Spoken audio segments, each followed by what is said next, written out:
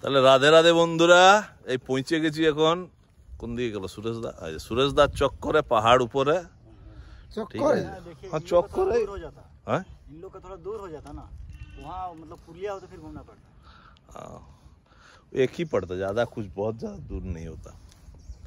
ठीक है, তো এই যে চলছে এখন গোছ গাছ।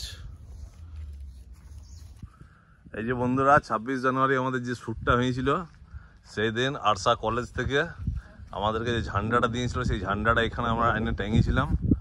এখনো আমাদের ঝান্ডা উড়ছে, ঝান্ডা উঁচা রহে হামারা। আমাদের ফার্স্ট সিনের প্রস্তুতি চলছে যে কিরম ভাবে করা যায়। প্রথমটা